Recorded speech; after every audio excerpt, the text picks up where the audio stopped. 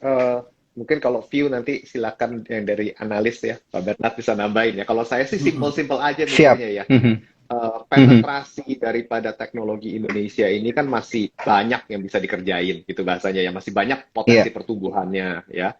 Dan juga kalau dilihat masih banyak juga tuh kayak inovasi-inovasi baru ya, kayak sekarang kan mulai ada tuh digital bank dan sebagainya. Nah, saya sih melihat kalau bercermin ke mungkin beberapa tahun terakhir, ini kan tendensi untuk inovasi ini sangat kuat. Artinya makin banyak kan Mhm. lini bisnis teknologi. Nah, kalau makin banyak lini bisnis teknologi, ya harusnya kan infrastruktur penunjang dan juga enabler itu kan pasti makin banyak yang pakai kan. Kalau saya sih mungkin logikanya Mhm. simple-simple seperti itu. Don't know, Bro Mhm. Bernard, what do you think? Ya, saya Mhm. setuju banget Iya. dengan Bu Teddy ya, karena kita melihat bahwa saat ini di daerah-daerah nih, saya waktu kemarin liburan sempat ke Tanah Toraja, Mhm. kemudian ke kota-kota kecil lainnya. Di sana itu signal itu masih susah banget dapatnya. Bahkan ada yang harus jalan berkilo-kilometer baru dapat signal. Ini menandakan apa? Menandakan bahwa digitalisasi itu belum merata di seluruh Indonesia. Padahal Mhm. tentu saja kita Mhm. lihat bahwa kedepannya segala sesuatunya akan pelan-pelan beralih ke teknologi. Nah, oleh karena itu, tentu saja tech enabler seperti perusahaan telekomunikasi, pertawaran, prospek jangka panjangnya masih terus baik. Tapi sekali lagi, sebagai seorang investor, kita harus melihat nih, bagaimana proyeksi atau pertumbuhan keuangan dari perusahaan-perusahaan tersebut tiap kuartalnya. Kita harus rajin Mhm. evaluasi.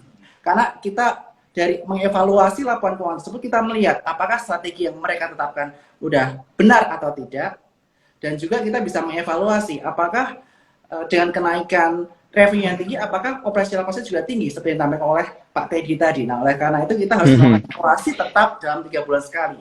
Jangan sampai kita pilih emiten yang malah performanya menurun di tengah penetrasi digitalisasi yang semakin meningkat. Itu yang menjadi poin dari saya, Bu Daniel. Baik, thank you Bro Bernard. Ini view dari sisi pertumbuhan dan juga proyeksi ekonominya sendiri sebenarnya menarik ya, karena kan ada satu ekosistem yang nantinya akan membantu penetrasi Bukalapak juga nih di wilayah-wilayah yang sudah masuk ke pelosok lah ya, Yes. istilahnya ini kita bilang ya. Dan kalau Nah, pelosok maju, tentu saja kan tadi kita melihat Bukalapak banyak mitra dan majority masih di mhm, luar kota ya Pak Teddy ya, masih di luar Jabodetabek. mhm, Sehingga tentu saja ini bisa menunjang performance dari Bukalapak apabila digitalisasi itu semakin baik di daerah-daerah yang saat ini kondisinya mhm. masih kurang baik Baik. seperti Bu Daniel. Bu Mhm. Daniel, Nah, aku boleh tanya gimana? juga nih ke Bro Ah, ah. Teddy. Langsung, Tadi langsung, langsung ya aja tadi Bro aku Bernard. penasaran nih. Tadi sempat disebut HelloFresh. Nah, itu kan merupakan Iya, inisiatif baru itu. yang dilakukan oleh Bukalapak nih. Nah, bagaimana proyeksi kinerja operasional dan finansial dari HelloFresh? Ini akan mulai terlihat di buku Bukalapak mulai kapan nih? Itu Ya, yang sebetulnya lebih menarik. sebetulnya kalau tahun ini HelloFresh itu bahasa saya eh, mencapai critical volume. Ya, kenapa untuk Mhm, targetnya itu mencapai critical volume? Karena kita pertama akan buka itu direct to customer, e-grocery. Ya, tujuannya adalah kita mau volumenya supaya cukup. Jadi kita tahu infrastrukturnya ini udah kuat belum untuk menunjang order dari mitra. Karena mitra kita gede. Jadi kalau ditanya kapan akan kelihatannya, kalau menurut saya yang benar-benar berasa banget mungkin next year. Kenapa next Ah, year? mhm, Karena kita proyeksi tahun depan itu udah kita buka untuk mitra. Dan itu langsung volumenya gede ya. Nah, dan ini kita ngerasa mungkin impact-nya lumayan signifikan. Karena saat ini mitra Bukalapak itu jualan paling SKU-nya itu 2.000 sampai 3.000. Melalui mhm, HelloFresh, itu pilihan SKU itu 150.000. Terus kita akan menggunakan store ya, toko-toko dari Trans Retail ibaratnya menjadi dark store gitu. Jadi hub untuk distribusi. Ini jumlahnya ada 128 toko. Artinya kapasitas distribusi kita ini akan di-amplify, diperkuat ya. Artinya kita akan punya presence ya, punya punya dark store atau toko ini, warehouse lah bahasanya ya, itu di banyak daerah karena nambah 128. Ditambah lagi, sewaktu kita melakukan analisa harga, itu mhm. analisa harga dari yang kita dapat dari HelloFresh ini sebetulnya masih lebih menarik dibandingkan dengan harga yang saat ini Bukalapak dapat. Artinya kita Mhm. bisa membantu para mitra ini untuk mendapatkan better price kalau kita pass on gitu kan. Ya kalau enggak ya Mhm. berarti margin kita improve karena kita harga belinya turun nih gitu kan. Artinya kita kalau harga Mhm. jualnya tetap kita samain ya dapat cuannya lebih tinggi gitu. Mantap. Berarti memang ini strateginya udah sesuai dengan ini ya, inline dengan strategi utama dari Bukalapak. Nah, kalau kita lihat ya dari sisi misalnya kayak kita kembali lagi ke mitra begitu dan juga nantinya ada Alofresh yang akan membantu dan tadi sudah dijawab juga oleh Bro Teddy ini kapan akan tercermin. Nah, ini kalau dari sisi mitra kan biasanya kalau ke daerah-daerah itu agak susah nih ya untuk mengedukasi dari sisi teknologi. Ini kan juga jadi tantangan nih ya Bro Teddy. Ini tackle-nya itu sebenarnya gimana sih? Saya skip dikit ini ya, saya skip dikit. Nanti kita pindah-pindah nih pertanyaannya. Ya, ya, ya. Itu challenge kita terutama tahun 2017, 2018, awal-awal Heeh, pas mulai Mitra Bukalapak ya. iya. Ya challenge-nya sama gitu kan. Gimana? Padahal pertama kita lebih lebih nekat lagi. Kita pertama kali bikin Mitra Bukalapak langsung hajar financial service. Kita datengin Heeh. tuh itu warung. Kita bilang mau nggak jadi agen e-wallet? Mereka nanya e-wallet itu apa? Katanya, ya kan? Saat Mm-mm. itu masih nggak ngerti. Nah, itu sebetulnya cikal bakal kenapa kita masuk ke barang kelontong FMCG karena kita ngelihat warung ini kan taunya ya barang kelontong FMCG kita harus bahasanya speak Mhm. their language ngomong pakai bahasa mereka ya. Nah tapi yang kita Mhm. temukan itu menarik bahwa waktu kita masuk ke satu daerah ini kita baginya per zona gitu ya. Waktu masuk zona baru, memang kita perlu pakai namanya Salesforce, kirim orang muter-muter kenalin ya ibaratnya sales lah gitu kan ya mengedukasi Mhm. memperkenalkan nah itu tapi cuman akan dapetin paling 10% dari target warung yang kita mau capai di zona tersebut karena kalau kita pakai itu 100% bangkrut Bukalapak mahal sekali itu Mhm. nah masuklah Mhm. tahap kedua waktu udah dapat 10% yang udah sign up ini harus kita mampu bantu mereka supaya cuannya lebih banyak revenue mereka naik, Mhm. omset mereka naik. Artinya yang tadinya jualan mineral water sama instant noodle bahasa saya gitu ya. Sekarang mungkin bisa Mhm. jualan sampo, sabun dan sebagainya, tambahan jualan lebih banyak barangnya, ya kan? Terus yang tadinya cuma Mhm. jualan doang sekarang bisa tempat untuk beli orang beli pulsa handphone, tempat orang beli voucher games dan sebagainya. Iya, Sehingga iya, iya, iya. rata-rata itu warung yang begitu terkoneksi dengan mitra Bukalapak, omset mereka itu naik 2 sampai 3 kali lipat. Nah, ini kuncinya Hmm. nih. Begitu mereka ngelihat omsetnya naik, nanti di daerah tersebut tetangga-tetangganya, kompetitor warung sebelah ya, mulai ikutan. Ya kan? Karena dilihat, wah, saya kan kenal tuh sama dia tuh. Dari SD kita satu sekolah.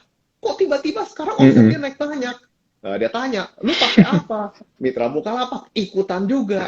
Nah, sehingga kalau lihat kita Oke. punya alasan kenapa kita punya biaya untuk dapetin warung ini makin turun, bukan karena absolut biaya turun juga, tapi karena jumlah warung yang bahasanya organik itu makin banyak yang dari orang Mhm. ngomong-ngomong gitu kan, wah gue dapet nih, cuan gue naik nih gitu kan, tetangga ikutan, saudara Iya, iya, iya. ikutan, temen ikutan, itu yang sebetulnya paling penting. Makanya di awal saya bilang, Mhm. kunci daripada mitra Bukalapak adalah bagaimana membantu para mitra ini untuk bisa nambah cuan. Itu menjadi kunci. Oh, Hmm. jadi Baik, kuncinya baik, menarik mitra sekali. sentrik tadi ya, Pak Teddy ya. Mitra sentrik. Betul. Jadi sebetulnya kalau Mhm. ditanya, Walaupun, customer-nya jadi Bukalapak walaupun, siapa? Ya, iya, customer-nya Bukalapak itu silakan, silakan. sebetulnya merchant-nya, mitranya ini, para Mhm. warung ini, itulah yang menjadi customer-nya kita. Ya. Oke, wah Jadi heran ya, nggak benar-benar apa-apa, Bukalapak iya. itu bisnisnya dari mitra ya Pak ya. Jadi kita harus mengutamakan Mhm. mitra segala macamnya sehingga dengan mitra di service lebih baik, produknya semakin banyak, terus ada yang buat profit margin yang lebih tinggi, ini akan membuat mereka lebih bergairah untuk berjualan dan word of mouth ke teman-temannya jadi tertarik Mhm. juga ya warungnya menjadi mitra dari Hmm. Bukalapak itu Nah, sendiri. ini berarti bisa kita bilang Bukalapak itu bukan, it's not only a marketplace lagi ya, bukan juga cuman tech enabler, tapi kayaknya udah jadi business enabler gitu. Bisa nggak kita bilang kayak gitu, Bro Eh, Teddy? sebetulnya kita tech enabler untuk Mhm. UMKM.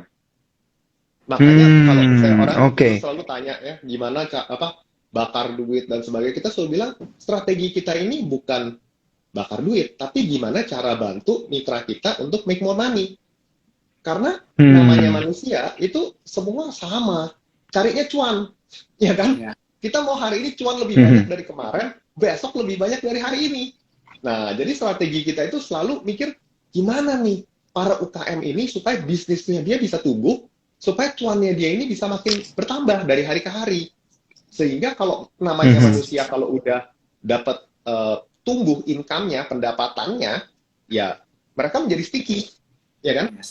Nah, kalau udah sticky, artinya kita nggak perlu harus masuk ke metode diskon-diskonan dan sebagainya, gitu. Terutama di bagian Iya, ini. baik.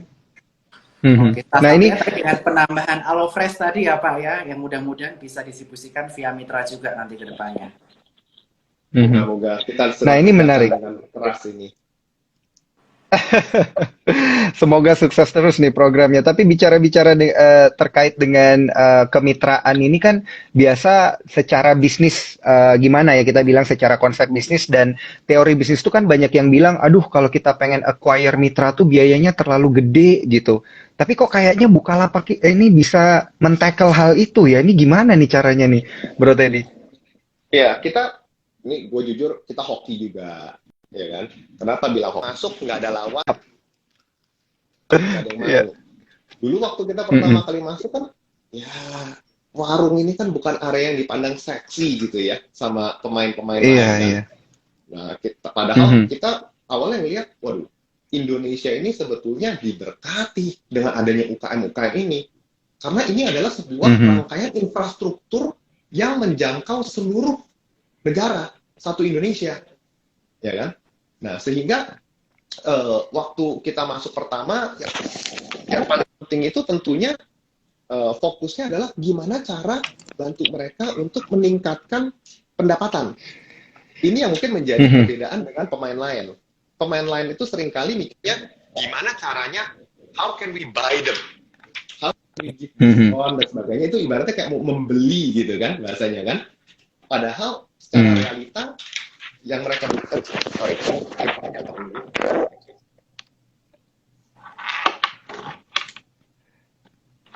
Oke, nggak apa-apa supaya lebih jelas ini. Nah, iya, ini lebih jelas nih. Mantap, iya, mantap. Itu earphone jatuh-jatuh melulu dari tadi ternyata itu. Iya. Ya, jadi sebetulnya mungkin kalau bagi banyak orang itu kan mindsetnya gimana caranya mengakuisisi mitra bahasa mereka, gitu kan. Padahal kuncinya adalah gimana cara bantu mitra supaya mereka cuannya bisa naik. Nah, untuk itu kita juga harus dengerin ke mitra. Kita sering banget kita melakukan survei dan sebagainya. Kita tanya, apa sih yang kalian butuhkan? Bagaimana sih kita bisa menjawab kebutuhan? Ya, contohnya kayak kirim uang. Ya, itu bukan ide dari Bukalapak, mitra Bukalapak, bukan dari ide manajemen Bukalapak. Kita tanya ke para warung, sebetulnya untuk ningkatin bisnis kalian ini ada nggak sih produk apa lagi yang dibutuhin? Terus dijawab, kirim uang katanya. Kenapa? Karena banyak orang kerja di kota gitu ya. Kirim uang untuk ibunya yang ada di desa. Kirim uang untuk ayahnya yang ada di desa, ya kan? Nah, itu kita harus sering mendengarkan masukan-masukan juga dari para pelaku UMKM dan kita lakukan produk-produk yang sesuai.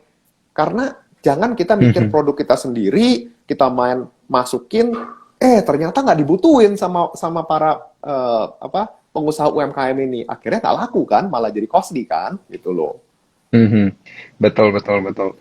Oke, ini dari Bro Bernard ada tanggapan nih terkait dengan mitra, kemitraan, biaya akuisisi dan lain sebagainya. Oke, kalau dari mitra sih sudah sangat clear ya bahwa Bukalapak ini menjadi menurut saya salah satu market leader lah untuk kaitannya mengenai mitra, untuk jualan-jualan kaitannya mengenai physical product maupun kaitannya mengenai virtual product dan juga integrasi dengan ekosistem yang luar biasa mulai dari Bukalapak dan juga kita melihat bahwa pada waktu itu Bukalapak juga menginvestasikan dananya ke Alobank. Ini juga membuat para investor juga penasaran ini. Bro Teddy ini. Mhm. Ada pertanyaan nih dari para cuan brokers. Jadi kita melihat dari riset kuartal pertama ini, Bukalapak ini membukukan bottom line profit berkat adanya gain on investment, terutama dari Alobank.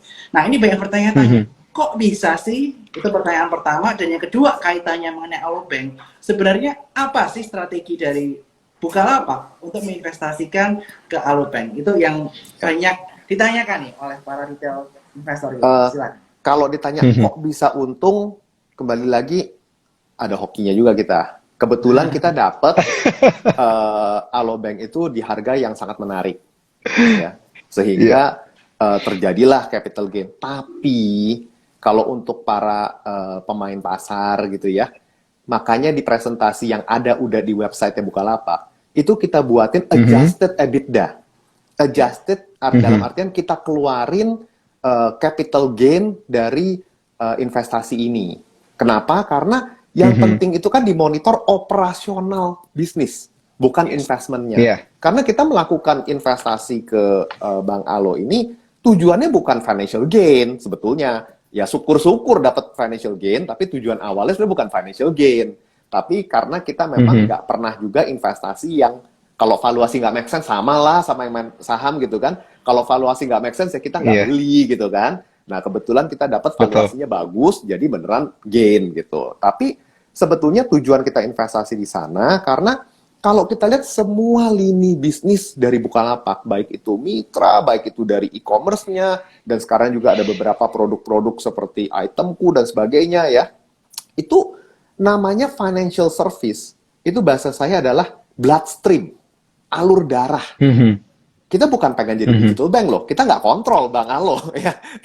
Tapi yang kita inginkan adalah kita mau adanya partnership, kita mau kerjasama dengan bank digital ya, supaya bisa menjadi sebuah infrastruktur keuangan untuk mengembangkan bisnis kita, kayak para mitra. Kedepannya ini gimana mitra bayar bisa seamless. Mitra misalnya dia sudah punya dana, mungkin dia bisa tabungkan lah, dia bisa investasikan lah, atau mungkin mitra butuh dana tambahan, dia juga bisa dapat working capital. Ini kan semua bisnis perbankan, ya kan? Kita nggak mau jadi banknya, makanya kita punya minoritas cuma 11,5%. Tapi menyadari bahwa memiliki partner keuangan yang kuat itu sangat penting buat kita, karena ini menjadi kunci untuk mengembangkan dan membantu para partner-partner kita, para mitra kita, para merchant kita, para customer kita, gitu loh. Ya, oke, clear banget. Ini penasaran lagi nih Pak, kaitannya mengenai investment nih. Kan sebelumnya Bukalapak investasi nih, tiba-tiba ke BBHI ini yang menghebohkan para investor juga. Dan saat ini berdasarkan riset di kuartal pertama, Bukalapak masih memiliki net cash pada kisaran 20 triliun rupiah. Nah, Bukalapak ini ada rencana untuk melakukan aksi korporasi lainnya atau investasi dalam waktu dekat ini? Atau saat ini masih fokus untuk ke BBHI dulu, atau dananya masih fokus untuk dilakukan pengembangan operasional dan mitra? Silakan.